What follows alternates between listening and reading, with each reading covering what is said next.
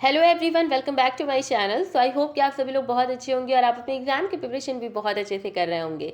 तो आज की जो हमारी न्यू वीडियो है, इस वीडियो में हम लोग बात करेंगे फोर्सेज ऑफ इवोल्यूशन के बारे में। आई एम सॉरी कि आप लोगों के कुछ ऐसे गैप हो जा रहे हैं एक एक दिन के because of the marriage. Okay, इतने सारे यहाँ पे शादी पड़ रहे हैं ना कि रात में गाने बज रहे हैं, सुबह में कथा हो रहा है। अब उसकी वजह से इतने लाउड म्यूजिक रहते हैं कि हम वीडियो नहीं बना पाते हैं। इस वक्त भी कहीं ना कहीं गाने चल ही रहे हैं पीछे, बट अभी क्या कर सकते हैं, वीडियो देना ही है क्योंकि आप लोग के लिए इंपॉर्टेंट है। ओके, तो थोड़ा कॉम्प्रोमाइज़ कर लेना और पढ़ना। देखो, फोर्सेस ऑफ इवोल्यूशन की बात करते हैं। इससे पहले हमने हार्डी विंगबर्ग पढ़ा, एलील फ्रीक्वेंसी जाना कैसे निकालते हैं, जीनोटाइप फ्रीक्वेंसी जाना कैसे निकालते हैं। फिर हमने पूरे प्रिंसिपल समझे, कैसा इक्विलिब्रियम है 1:1 वाला, वो सब समझा। उसके पहले हमने माइक्रो एंड मैक्रो पढ़ा, जिसमें जेनेटिक ड्रिफ्ट पढ़ा है हमने जीन फ्लो पढ़ा है हमने, नो नेचुरल सिलेक्शन पढ़ा, हमने बहुत कुछ चीज़ें पढ़ के कंप्लीट कर दी हैं। This is the last video of your unit second from BSc 6 semester zoology. And चलिए बढ़ते हैं। फोर्सेज ऑफ इवोल्यूशन में हम पहले म्यूटेशन पढ़ेंगे एंड देन जेनेटिक ड्रिफ्ट पढ़ेंगे। जेनेटिक ड्रिफ्ट इतनी बार पढ़ा दिया है कि भाई क्या ही बोले, अब तो तुम्हें याद हो गया होगा लेकिन फिर से उस पर टाइम हम देंगे क्योंकि कुछ नए बच्चे होंगे जो हमसे अभी को जुड़ रहे हैं, तो उनके लिए वो बेनिफिशियल होना चाहिए। Okay, let's move on the video and cover the today's topic of discussion, that is mutation. Okay, generally I am asking you a question, define what is mutation. आप हमेशा से सुनते आए हो कि mutation is an alternation in the DNA sequence of an organism, but कभी भी आपने ये नहीं समझा कि उस ऑर्गेनिज्म का जो डीएनए सीक्वेंस है उसमें ऑल्टरनेशन हो रहा है, कुछ गड़बड़ी हो रही है। क्या ये परमानेंट हो रही है या ये टेम्पररी हो रही है? तो यहाँ से अभी को आपको याद रखना है फ्रॉम दिस चैनल साइंस वाली, और अभी से तुरंत से याद रखना है कि जब भी म्यूटेशन की बात होती है हमेशा परमानेंट ऑल्टरनेशन हो रहा होता है, टेम्पररी नहीं हो रहा होता है कि हुआ कुछ ना कुछ ऑल्टरनेशन, कोई ना कोई गड़बड़ी हुई और वो फिर से रिबोक हो गया, मतलब फिर से वापस से सही हो गया। ऐसा कुछ नहीं होता है हमारे म्यूटेशन के केस में, परमानेंट ऑल्टरनेशन होता है। इस चीज़ को याद रखना कि परमानेंट ऑल्टरनेशन हो रहा है डीएनए सीक्वेंसेस का, और डीएनए सीक्वेंसेस किसका है भाई? तो ऑर्गेनिज्म का है। ओके, अब now DNA sequences like this is the DNA. Okay, these are two template and आपको पता होगा कि डीएनए जो दोनों टेम्पलेट होते हैं they are not similar, they are actually the complementary. क्यों कॉम्प्लीमेंट्री है? बिकॉज कि इनके जो बेस पेयर्स होते हैं, लाइक ए के साथ आपका थाइमीन टी जुड़ता है, जी के साथ सी जुड़ता है। यहाँ अगर इस कॉम्बिनेशन में गड़बड़ी हो जा रही है, इस सीक्वेंस में गड़बड़ हो जा रहा है ना, तो फिर क्या होता है, पूरा का पूरा ऑल्टरनेशन हो जाता है। आपने जेनेटिक कोडॉन पढ़े होंगे। ये जेनेटिक कोडॉन जो होते हैं they are specifically coding for a specific amino acid, जो कि आगे चल के प्रोटीन का फॉर्मेशन करेगा, and protein is our building block of the cell. Okay, तो यहाँ जहाँ गड़बड़ी हुई, लाइक नींव अगर बेकार हो गई तो छत तो ढहनी ही है, यही सिस्टम है। तो अगर आपका जो डीएनए सीक्वेंस है उसमें गड़बड़ होगा तो आगे चल के आपके जो बॉडी है उसमें आप कुछ अलग ही कुछ विचित्र प्राणी आप बन जाओगे। यही म्यूटेशन कहलाता है। ये डिसीज के रूप में भी हो सकता है, ये कुछ अच्छा भी हो सकता है। ठीक है, इट्स ऑल डिपेंडेंट कि म्यूटेशन हो कैसे रहा है। ओके, अब म्यूटेशन जो है वो परमानेंट ऑल्टरनेशन है, आप जान गए हो। ये जो ऑल्टरनेशन है ये बहुत तरीक़ों से हो सकता है। ये चेंजेस हमारे जेनेटिक इन्फॉर्मेशन की वजह से हो सकता है कि एक इंडिविजुअल में जेनेटिक इन्फॉर्मेशन का जब ट्रांसफ़र हो रहा है, जब एक male and female, like you all no, you have a father, you have a mother, and उनके में से आपके पास कोई ना कोई कैरेक्टर्स आए हैं, है ना? फादर, मदर, एंड ये डॉटर भी हो सकती है एंड सन भी हो सकता है। तो कुछ कैरेक्टर्स आपके मदर से आए हैं, कुछ आपके फादर से आए हैं। तो ये क्या है character? These are genetic information जो एक जनरेशन से दूसरे जनरेशन में पास ऑन हुई है। तो the cause of the mutation is कि जो जेनेटिक इन्फॉर्मेशन है वो जो इंडिविजुअल में कैरी हो रहा है उसमें चेंजेस आ जाए, ऑल्टरनेशन हो जाए।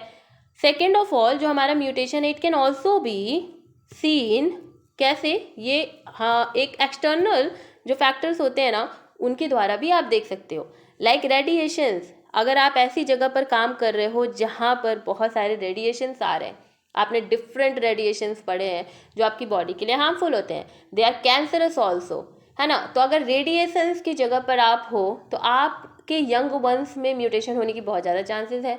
ठीक है। Second, the chemicals.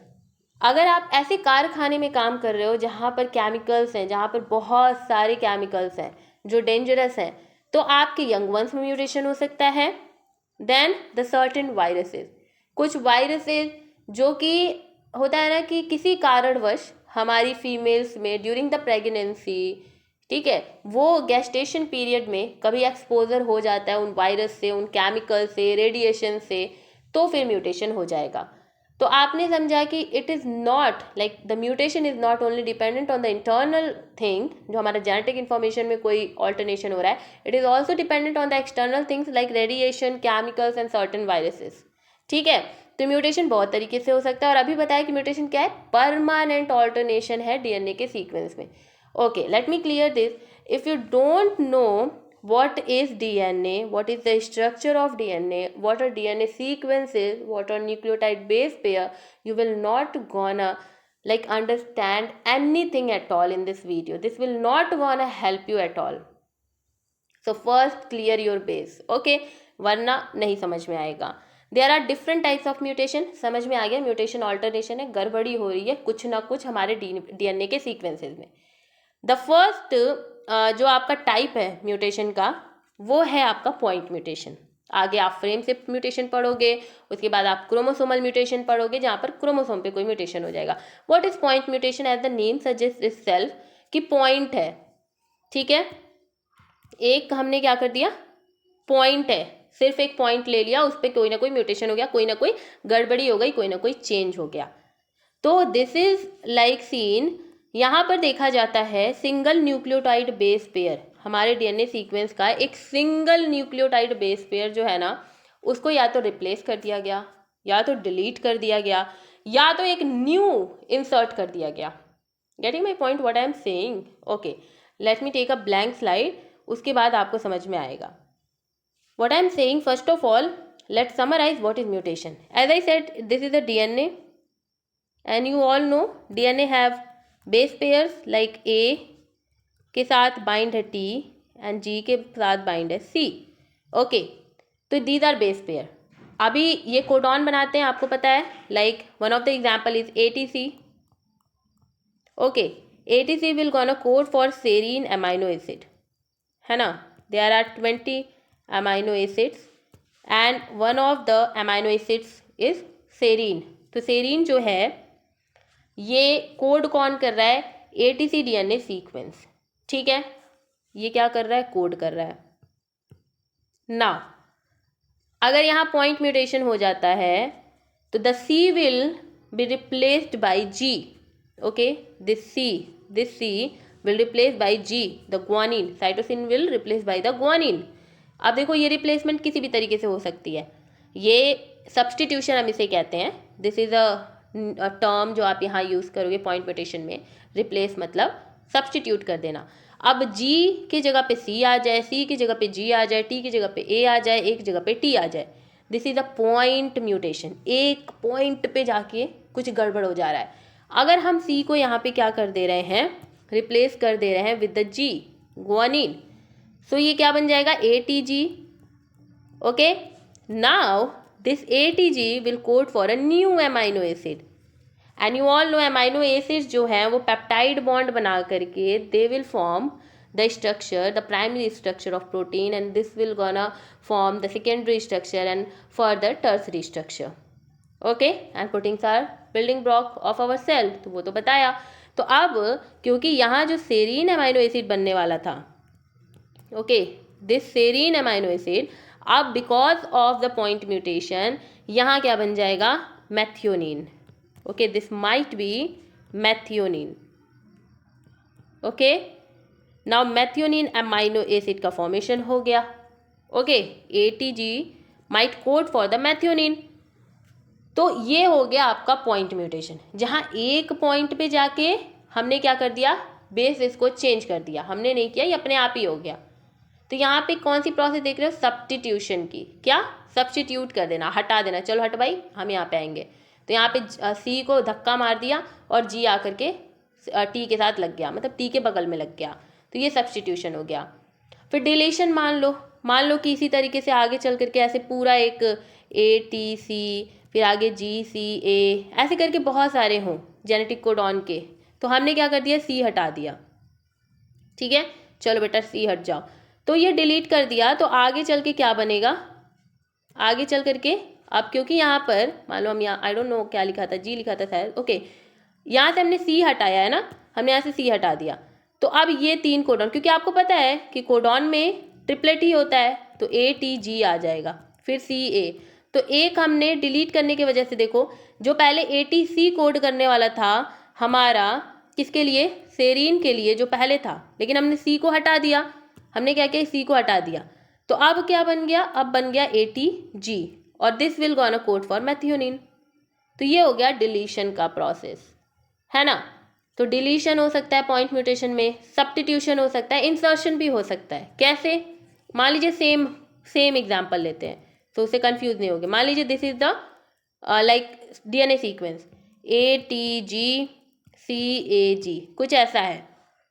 तो हम क्या कर रहे हैं, यहाँ पे ला करके हम इंसर्ट कर दे रहे हैं, किसको, हम ला के इंसर्ट कर दे रहे हैं यहाँ पर। पहले देखो, पहले ये ATG था, ठीक है, दिस 2 ट्रिपलेट है ना, ये ट्रिपलेट में अभी काम करेंगे, अमाइनो एसिड मस्त अपना बनाएंगे। पहले ये मैथियोनिन बनाएगा, ठीक है। लेकिन मान लो कि हम क्या कर रहे हैं, हम बाहर से ला रहे हैं C। हमने क्या किया, हम बाहर से ले आ रहे हैं C, ओके।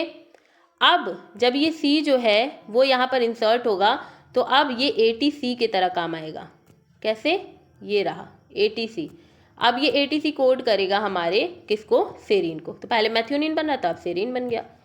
तो only because a point mutation, सिर्फ इंसर्ट करना, एक ही बेस को हटा रहे हो आप, है ना, एक ही नाइट्रोजनस बेस है, हटा दिया उसको, डिलीट कर दिया, इंसर्ट कर दिया, सब्स्टिट्यूट कर दिया, एक की जगह दूसरे को लाके रख दिया, है ना।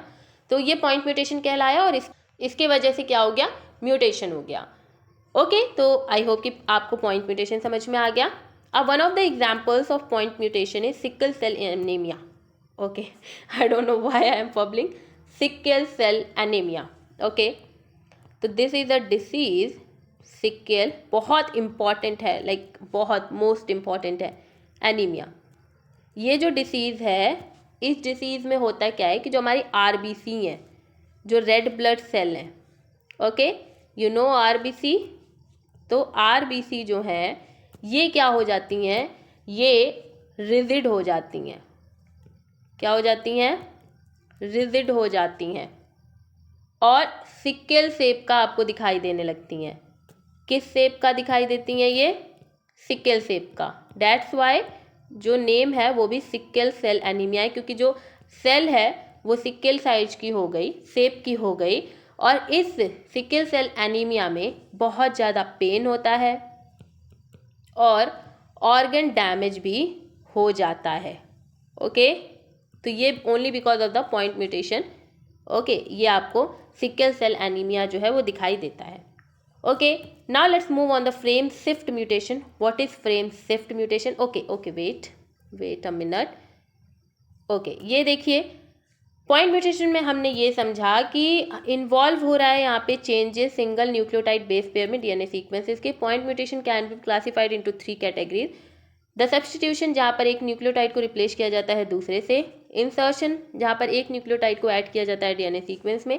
डिलीशन, जहाँ पर एक न्यूक्लियोटाइड को पूरी तरीके से DNA सीक्वेंस से हटा दिया जाता है। तीनों के एग्जाम्पल हमने आपको बताए हैं। Okay, if you talk about the frame shift mutation, तो फ्रेम शिफ्ट म्यूटेशन में नेम सजेस्ट कर रहा है कि फ्रेम, पूरा एक फ्रेम में ही गड़बड़ी हो जाएगी, या तो कुछ एडिशन की वजह से या तो कुछ डिलीशन की वजह से पूरा का पूरा फ्रेम गड़बड़ हो जाएगा, और जेनेटिक कोडॉन का शिफ्टिंग हो जाएगा। जेनेटिक कोडॉन शिफ्ट करके जो पहले अमाइनो एसिड को रिजल्ट कर रहे थे, बना रहे थे, अब वो दूसरे अमाइनो एसिड को रिजल्ट करेंगे। ओके, बहुत प्रॉपर एग्जाम्पल देते हैं, बहुत ही ईजी सा, कि एक DNA सीक्वेंस बनाते हैं, बहुत आराम से समझ में आ जाएगा। देखो, हम आपका DNA सीक्वेंस बना रहे हैं ATGC, okay, CCG, TGA and GTC। ये आपका एक DNA सीक्वेंस बना, ठीक है, this is what, this is a DNA sequence. अब हम क्या कर रहे हैं, हम A को इंसर्ट कर रहे हैं। ओके, गेटिंग माई पॉइंट, हम A को क्या कर रहे हैं, हम A को इंसर्ट कर दे रहे हैं। तो होगा क्या, A के इंसर्ट करने से यहाँ हमने A को इंसर्ट कर दिया, तो अब यहाँ पर A आ गया, तो अब ट्रिपलेट में ही बनेगा ना, बताओ, ट्रिपलेट में बनेगा। तो ये एज इट इज़ आप क्या करोगे, लिख दोगे ATG, ठीक है, लिखते हैं ATG। अब ये ट्रिपलेट बन गया ACC, फिर ये बन जाएगा GTG, फिर ये बन जाएगा AGT, फिर ये C आगे फर्दर। तो देख रहे हो चेंज हो गया, पूरा फ्रेम ही चेंज हो गया। ये फ्रेम देख लो, this frame and this frame, बहुत चेंज है ना।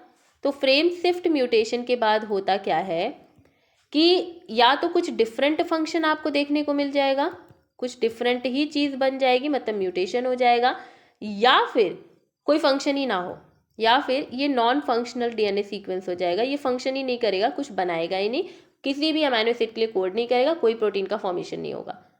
समझ रहे हो। तो फ्रेम शिफ्ट म्यूटेशन में एक इंसर्शन की वजह से, मतलब एक एडिशन की वजह से और एक डिलीशन की वजह से न्यूक्लियोटाइड के हम क्या करते हैं, हम देखते हैं ना कि पूरी की पूरी फ्रेम ही शिफ्ट हो जाती है जेनेटिक कोडॉन्स की, और इसके वजह से अमाइनो एसिड के सीक्वेंसेस में दिक्कत होने लगती है। और यही अमाइनो एसिड प्रोटीन बना रहे होते हैं। तो जब अमाइनो एसिड बढ़िया नहीं बनेगा तो प्रोटीन भी बढ़िया नहीं बनेगा। Okay, getting my point. तो this is all about your point mutation and frame shift mutation. This is an example, देख लीजिए एग्जाम्पल। हमने क्या किया, हमने यहाँ पर लिया है एक, यहाँ पर लिया है हमने बेस, ठीक है। अब देखते जाओ, यहाँ देखो, थोड़ा टाइम लगेगा, देखो GCUACGGAGCUUGAGC, this is a normal, ठीक है, नॉर्मल DNA सीक्वेंस जो कि हर एक चीज़ के लिए कोड कर रहा है। कौन किसके लिए कोड कर रहा है, ये जो 3 है ये कोड कर रहे हैं एलानिन के लिए। ओके, ये जो 3 है ACG, ये थ्रियोनिन अमाइनो एसिड के लिए।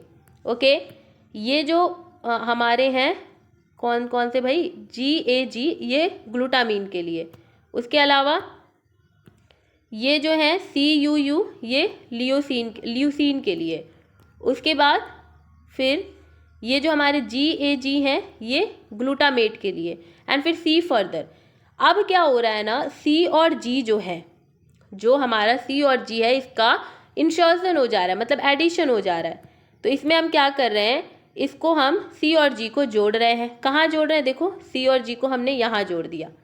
यहाँ CUU के बाद क्या है, GAG है, लेकिन यहाँ CUU के बाद क्या है, CGG है, क्योंकि हमने CG जोड़ा है। ओके, अब देखो पूरा बेस ही बदल जाएगा, देखो पूरा का पूरा सीक्वेंस ही खत्म है। यहाँ देखो सेम ही चल रहा है, एलानिन, थ्रियोनिन, ग्लूटामेट, ल्यूसीन। अब जहाँ ल्यूसीन के बाद ग्लूटामेट बनने वाला था, वहाँ आर्जिनिन का फॉर्मेशन हो गया, है ना। उसके बाद फिर सेरीन बन गया। तो this is the frame shift mutation, जहाँ पर एक पूरा का पूरा आगे का फ्रेम ही चेंज हो गया। अब देखो आर्जिनिन के बाद सेरीन बनेगा, उसके बाद अलग चीज़ बनेगा, यहाँ ग्लूटामेट के बाद अलग चीज़ बनता, लेकिन because of the insertion, because of the addition, हम क्या देख रहे हैं यहाँ पर, पूरा का पूरा फ्रेम ही गड़बड़ हो गया। और अब दूसरे अमाइनो एसिड, जहाँ ग्लूटामेट बन रहा था, ये अलग चीज़ का काम करता है अमाइनो एसिड, ये आर्जिनिन अलग के लिए काम करेगा। तो ये हमारा फ्रेम शिफ्ट म्यूटेशन होता है कि फ्रेम जो है हमारे न्यूक्लियोटाइड का, वो पूरे की पूरी तरह चेंज हो गया, और उसकी वजह से अमाइनो एसिड में गड़बड़ी हो गई, उसका फॉर्मेशन ठीक से नहीं हुआ, और ठीक से हमारा प्रोटीन बना ही नहीं। जब प्रोटीन नहीं बनेगा तो फिर बॉडी में म्यूटेशन होगा ही, कुछ गड़बड़ चीज़ें बन जाएंगी। Okay, now let's talk about the chromosomal mutation. यहाँ क्या होता है कि क्रोमोसोम के नंबर में चेंज आ जाता है, या फिर हम उसके स्ट्रक्चर में चेंज देखते हैं। Like if you talk about the deletion, तो एक पोर्शन ही क्रोमोसोम का खत्म हो जा रहा है। डिलीट मतलब एक क्रोमोसोम का पूरा पोर्शन ही हटा दो। ड्यूप्लीकेशन में क्रोमोसोम ही डुप्लीकेट हो जाता है। इन्वर्जन में क्रोमोसोम रिवर्स हो जाता है, और ट्रांसलोकेशन में एक सेगमेंट क्रोमोसोम का ट्रांसफर हो जाता है अनदर क्रोमोसोम में। यहाँ देखिए डिलीशन की बात करते हैं, तो this is a chromosome, like आपने ऐसे पढ़ा होगा ना क्रोमोसोम, वेट अ मिनट, ये आपने पढ़ा है क्रोमोसोम। तो ये देखिए ये बीच वाला पॉइंट हो गया, and this is 1, this is second arm. Okay, तो ये आर्म्स आप समझ रहे हो। देखो ये ABCDEF, अब डिलीशन में क्या होगा, एक डिलीट हो जा रहा है, तो यहाँ पे से हमने B को हटा दिया, तो यहाँ क्या बचा, AC और DEF। तो इसकी वजह से अब म्यूटेशन हो गया, क्योंकि एक हट गया ना, इसमें से डिलीट हो गया। क्या डिलीट हुआ, क्रोमोसोम का पोर्शन ही डिलीट हो गया, एक पोर्शन ही खत्म हो गया, है ना। डुप्लीकेशन में क्या हो रहा है, देखो ABCDEF, यहाँ पे ABB हो गया, यहाँ पर क्रोमोसोम में देखो डुप्लीकेशन हो रहा है। इन्वर्जन में देखो ये हमने क्रोमोसोम का ऐसे लिया, एक आर्म इधर किया, एक आर्म हमने इधर किया, तो हुआ क्या कि यहाँ पर हमने ABC लिखा, देखो ABC, ओके, एंड इस तरीके से DEF है। तो अब यहाँ क्या होगा ना, समझना, यहाँ पर जो B और E है इसमें क्या हो जाएगा, चेंज हो जाएगा। तो चेंज होने की वजह से E यहाँ पे चला जाएगा A और D के साथ, और C और F के साथ हमारा B चला जाएगा। तो ये हमारा इन्वर्जन हो जाता है क्रोमोसोम में। ट्रांसलोकेशन में क्या होता है, ट्रांसलोकेशन में यहाँ पर देखो ABC DEF GHI JKL। अब देखो ABC JKL मतलब जो GHI के साथ जुड़ा हुआ था JKL, अब वो ABC के साथ जुड़ गया, मतलब ट्रांसलोकेशन हो गया। GH के साथ हट करके वो ABC के पास चला गया, और ABC से IDEF हट करके GH के पास चला आया, मतलब एक जगह से दूसरी जगह चला गया, तो ट्रांसलोकेशन हो गया। तो दिस आर क्रोमोसोमल म्यूटेशन, जहाँ पर क्रोमोसोम में म्यूटेशन होता है डिलीशन की वजह से, डुप्लीकेशन की वजह से, इन्वर्जन की वजह से, या ट्रांसलोकेशन की वजह से। ओके, तो mutation can have various effect on an organism, बहुत सारे इफेक्ट आपको देखने को मिलते हैं। सम म्यूटेशंस हैव नो डिससेरेबल इफेक्ट, बहुत के इफेक्ट आपको नहीं स्पष्ट प्रभाव नहीं दिखाई देते हैं, लेकिन कुछ बहुत बड़े चेंजेस आपके फिनोटिपिकली दिखाई आपको देंगे, जो कि बेनिफिशियल भी हो सकते हैं, हार्मफुल भी हो सकते हैं, और कोई मतलब के नहीं हो सकते, मतलब न्यूट्रल भी हो सकते हैं। बेनिफिशियल म्यूटेशन एडवांटेज देंगे हमारे इन्वायरमेंट को, leading to the adaptation in evolution. अच्छा होगा तो इवोल्यूशन ही हो जाएगा। डिसीज़ अगर होगा तो वो किसी ना किसी डिसऑर्डर, डिसीज़ या किसी के ऑर्गेनिज्म की फिटनेस में वो कमी ला देगा। और न्यूट्रल म्यूटेशन में कोई इफेक्ट ही नहीं पड़ेगा हमारे ऑर्गेनिज्म के फिनोटाइप या उसके फिटनेस में। तो ओवरऑल म्यूटेशन एक ड्राइविंग फोर्स है, हम फोर्स ही पढ़ रहे हैं ना इवोल्यूशन के, जो है वो एक ड्राइविंग फोर्स है जेनेटिक वेरिएशन का पॉपुलेशन के अंदर, और एसेंशियल होता है इवोल्यूशन के लिए। ये प्रोवाइड करता है raw material upon with the natural selection, genetic drift and other evolutionary processes. Let's now talk about the genetic drift. What is actually genetic drift? This I said यार बहुत बार बता दिया है, बहुत बार जेनेटिक ड्रिफ्ट बता दिया है, मेरे को तो बताने का मन नहीं कर रहा है, बट चलो पढ़ते हैं। How is the energy? बहुत ही अच्छी है। चलिए जेनेटिक ड्रिफ्ट पढ़ते हैं। What is genetic drift? Genetic drift is the fluctuation in allele frequency with in a population. क्या है बाबा? ये फ्लक्चुएशन है। जैसे रैंडम आपने कॉइन्स फ्लिप किए हैं ना, तो उनके रैंडम आउटकम आते हैं। आप थोड़ी जानते हो कि हेड आएगा, प्रॉपर नहीं जानते हो ना कि हेड आएगा या टेल आएगा, आप तुक्का लगाते हो। अच्छा चलो भाई, हेड पे तुम बाजी लगाओ, अब नहीं आया तो फिर कोई बात नहीं, हार जाएंगे, है ना। तो हेड एंड टेल के आप 50-50 जानते हो, हेड भी आ सकता है, टेल भी आ सकता है। वैसे ही जेनेटिक ड्रिफ्ट है, कुछ भी हो सकता है।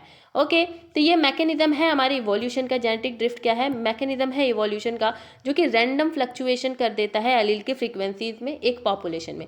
अब याद रखना, जेनेटिक ड्रिफ्ट जो है वो रैंडम इवेंट की वजह से भी होता है, ठीक है, समझ रहे हो। लाइक क्लाइमेटिक फैक्टर हो गया, ठीक है, बहुत वाइल्ड फायर हो गई, ड्रॉट हो गया, अर्थक्वेक आ गया, स्टॉर्म आ गया, तो because of the climatic factors आपके रैंडम इवेंट्स हो गए, उनके वजह से आप देखते हो genetic drift. There is no role of natural selection at all, ठीक है, कोई रोल नहीं है जेनेटिक ड्रिफ्ट में। केवल से केवल देखो रैंडम इवेंट, वाइल्ड फायर हो गई, इन सब चीज़ों की वजह से आप जेनेटिक ड्रिफ्ट देखते हो। वही अपना हमेशा वाला एग्जाम्पल, क्योंकि एक एग्जाम्पल के साथ चलोगे खुश रहोगे ज़िंदगी में, है ना। तो एक एग्जाम्पल देखते हैं। 100 बर्ड्स हैं हमारे पास, ठीक है, एक एरिया है, एक फॉरेस्ट है जहाँ पर 100 बर्ड्स हैं, एंड इस 100 बर्ड्स में से 50% बर्ड्स के पास लॉन्ग बीक है। Okay, they have what? They have long beak, and beak मतलब समझ रहे हो ना आप लोग, चोंच। एंड द रेस्ट जो हमारी रिमेनिंग 50 बर्ड्स हैं, दे हैव शॉर्ट बीक, छोटी बीक होगी। वैसे विंग वगैरह का भी ले सकते हो, कुछ भी ले सकते हो, कलर ले सकते हो, what ever you want, what ever you love, ले लो भाई एग्जाम्पल में, ठीक है। तो हमारे पास 100 बर्ड्स थे इस फॉरेस्ट में, लेकिन हुआ क्या कि अचानक से एक काली रात में, ठीक है, अंधेरे के सायों में what I am saying, after wild fire क्या हो जाती है, बहुत घनी आग लग जाती है, ठीक है। बहुत घनी आग लगने की वजह से यहाँ पर हमारी कुछ बर्ड्स का क्या हो जाता है, देहांत हो जाता है, बेचारी वो मर जाती हैं, ठीक है। तो 100% बर्ड्स जो यहाँ पर पहले थी, अब उनकी परसेंटेज हमारी 80% की हो जाती है, लाइक 20% बर्ड्स जो हैं वो मर जाती हैं। अब आप समझो कि because of the wild fire, जो कि एक रैंडम इवेंट है, okay, because of the wild fire इस फॉरेस्ट में क्या हो गई है, बहुत ही गंदी वाली ऐसे आग लग गई है, जिसके वजह से यहाँ पर 80% ही केवल बर्ड्स बची, 20% मर गई। अब इन 80% में से जो 70% बर्ड्स होंगी, ठीक है, जो 70% बर्ड्स होंगी वो मान लीजिए लॉन्ग बीक की बची हैं, और जो 30% बर्ड्स हैं, 80% का 70 और 30 बोल रहे हैं, ठीक है, तो ये शॉर्ट बीक की बची हैं। तो बेचारे आप समझो कि इन जो शॉर्ट बीक जो कि पहले 50% की पॉपुलेशन थी, अब बेचारी उनकी 30% की पॉपुलेशन बची, 20% मर गई। तो होगा क्या अब, क्योंकि शॉर्ट बीक की 20% पॉपुलेशन मर गई है, तो अलील फ्रीक्वेंसी कांस्टेंट नहीं रहेगी जनरेशन टू जनरेशन। क्या हो जाएगा, अलील फ्रीक्वेंसी में चेंज आएगा, और बिकॉज कि अलील फ्रीक्वेंसी में चेंज आएगा तो इवोल्यूशन होगा। ये तो आप हार्डी विंगबर्ग वाले से कोरिलेट करके पढ़ सकते हो, क्योंकि हमारे हार्डी विंगबर्ग भाई ने कहा था कि no mutation, no natural selection, no genetic drift, no gene flow, random जो आपके मेटिंग हो रहे हैं, लार्ज पॉपुलेशन साइज है, इन सबको कांस्टेंट रखो, ये सब रिक्वायरमेंट पूरी करो, आपके जो आपका इवोल्यूशन है वो नहीं होगा। आपके जो जेनेटिक वेरिएशन है वो जनरेशन टू जनरेशन क्या रहेंगे, सेम रहेंगे। बट यहाँ क्या हुआ, यहाँ तो अलील फ्रीक्वेंसी में चेंज आ गया है ना। आप देखो शॉर्ट बीक वाली का 20% ही घट गया। अब 20% घट गया तो यहाँ पर क्या हो जाएगा, यहाँ पर अलील फ्रीक्वेंसी कांस्टेंट नहीं रहेगी। अब जो 70% बर्ड्स लॉन्ग बीक के साथ बची हैं, इट माइट पॉसिबल कि यहाँ पर बिकॉज ऑफ द शॉर्टेज जो हमारी शॉर्ट बीक वाली बर्ड हैं वो इन लॉन्ग बीक वाली बर्ड के साथ इंटरब्रीड करें, एंड जब ये इंटरब्रीड करेंगी तो ये क्या हो रहा है, यहाँ पर इंटरब्रीडिंग हो रहा है short beak to the long beak, और इंटरब्रीड की वजह से आप शॉर्ट बीक वाली लॉन्ग बीक के साथ कर रही हैं, तो इट माइट बी पॉसिबल कि यहाँ इवोल्यूशन हो जाए। कैसे इवोल्यूशन हो जाएगा, क्योंकि यहाँ पर ऑल्टरनेशन हो सकता है इनके डीएनए सीक्वेंसेस में, and this will gonna cause mutation, जो कि अभी ऊपर हमने पढ़ा, and this mutation lead to the evolution. So genetic drift क्या है बाबा, जेनेटिक ड्रिफ्ट एक फोर्स है, एक इवेंट है जिससे आप इवोल्यूशन देखते हो, समझ गए। तो यही है आपका जेनेटिक ड्रिफ्ट, एंड यही है आपका म्यूटेशन, एंड यही है आपके इवोल्यूशन। दो टाइप के आपको जेनेटिक ड्रिफ्ट दिखाई देते हैं, ठीक है। एक बॉटल नेक इफेक्ट होता है, पॉपुलेशन में दिखाई देती है ना, जहाँ एक ड्रामेटिक रिडक्शन हो जाता है उस पॉपुलेशन साइज में because of the catastrophic event, जैसे कि कोई नेचुरल डिजास्टर आ गया, डिसीज आउटब्रेक हो गया, या ह्यूमन का कोई इंटरवेंशन हो गया। क्योंकि आपको पता है कि हम ह्यूमन की तो आदत है दूसरों के काम में, ऐसे काम में क्या बोलते हैं, अपना पाँव अड़ाना, यही है हमारा काम। तो अगर आपने कुछ कर दिया, या कोई प्राकृतिक आपदा आ गई, या बीमारी का कोई प्रकोप आ गया, इन सभी के वजह से विनाशकारी घटना के कारण एक हमारी पॉपुलेशन है, एक आबादी है, उसके आकार में ड्रास्टिक और ड्रामेटिक रिडक्शन हो जा रहा है, मतलब कमी हो जा रही है, तो वो बॉटल नेक इफेक्ट कहलाता है। यहाँ पर जो सर्वाइविंग इंडिविजुअल्स होते हैं, दे मे हैव अलील फ्रीक्वेंसी जो कि डिफर कर रहे हों उनके ओरिजिनल पॉपुलेशन से by chance, as a result जो जेनेटिक डाइवर्सिटी होती है वो रेड्यूस हो जाती है, और सर्टेन अलील्स जो हैं वो खो जाते हैं। लाइक हमने आपको जो अभी वो ऊपर पढ़ाया ना कि वो डिजास्टर ही तो था यार, जो वाइल्ड फायर था, तो वहाँ हमने बताया कि 70% आपकी लॉन्ग बीक वाली बची और 30% आपकी शॉर्ट बीक वाली बची। अब मान लो कि हमने 30% तो बचा लिया बेचारों पे दया खा करके, अब मान लो ऐसा हो जाए कि वो 30% भी ना बचे, जो 80% बची थी ना उसमें से 70 और 30 का हम लोग रेशियो निकाल लेते ना, तो मान लो कि वो 80% जो बची हैं वो केवल लॉन्ग वाली बच जाए, पूरी ही खत्म हो जाए, शॉर्ट वाली पूरी ही खत्म हो जाए, तो फिर क्या होगा, तो फिर कुछ नहीं होगा, फिर वो लॉस्ट हो जाएगी, वो अलील फ्रीक्वेंसी ही खत्म ना, वो शॉर्ट बीक वाली ही खत्म। तो ये बॉटल नेक इफेक्ट कहलाता है। फिर हमारा फाउंडर इफेक्ट क्या कहला रहा है, फाउंडर इफेक्ट ये अगर होता है कि स्मॉल ग्रुप ऑफ इंडिविजुअल्स में जो कि न्यू पॉपुलेशन बना रहे होते हैं दूसरे जियोग्राफिकल एरिया में जा करके, माइग्रेशन के दौरान बहुत सारे पॉपुलेशन एक जगह से दूसरी जगह जाते हैं, तो दूसरी जगह पे जाके वो अपना नया नया घर बसा रहे होते हैं, तो वहाँ पर क्या हो जाए, फाउंडेशन रख रहे होते हैं बेचारे। लाइक आप जा रहे हो तो कहीं फाउंडेशन रखते हो ना, फाउंड करते हो, है ना, तो फाउंडेशन बना रहे होते हैं, तभी कुछ गड़बड़ी हो जाए। तो एक इंडिविजुअल जो कि नया नया अपना घर गृहस्थी बसा रहा होता है नई जगह पर जा करके, तो वहाँ पर कोई क्या हो जाए, जो जेनेटिक मेकअप है उस फाउंडिंग पॉपुलेशन का जो कि रिप्रेजेंट कर रहा है ओरिजिनल पॉपुलेशन को, उसमें कुछ एलील फ्रीक्वेंसी जो दोनों पॉपुलेशन की है उनके बीच की अलील फ्रीक्वेंसीज में डिफरेंस आ जाए तो हमारा जेनेटिक ड्रिफ्ट पाया जाता है और ये फर्दर एम्पलीफाई हो जाता है, resulting in a unique genetic characteristic in the new population. What I am saying, the island वाला आपको जीन फ्लो पढ़ा है आपने, तो वही आपको समझ में आ जाएगा कि एक हमारा मान लीजिए जीन फ्लो में तो हमने आपको ये बता दिया था कि हाँ भाई एक जगह से उड़ कर के मतलब because of the storm and strong wind एक पॉपुलेशन वो नहीं चाह रही है जाना लेकिन वो चली जा रही है। तो मान लीजिए कि this is one forest and this is second forest, like I am talking about the foundation effect, ठीक है, फाउंडर इफेक्ट जिसे आप कह रहे हो। This is the second forest, okay, and there is a large distance between this, in दोनों forest के बीच में।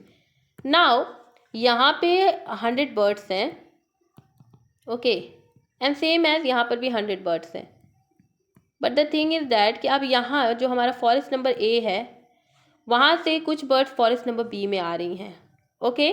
तो फॉरेस्ट नंबर जो हमारा ए है वहाँ से मान लीजिए कि 30 बर्ड्स आई हैं और यहाँ पर अपना नया नया घर गृहस्थी बसाने का कोशिश कर रही हैं।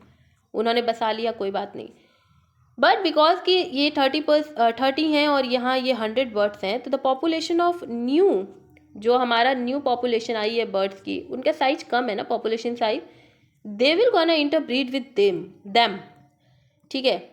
यहाँ की जो 100 बर्ड्स, तो लोकल बर्ड जो हमारी बी फॉरेस्ट की हैं, जो बी फॉरेस्ट की लोकल 100 बर्ड्स हैं, उनके साथ जो ये आई हैं बाहर की, ठीक है, यहाँ से माइग्रेट करके यहाँ आई है, न्यू पॉपुलेशन जो आई है वो क्या करेगी, इंटरब्रीड करेगी।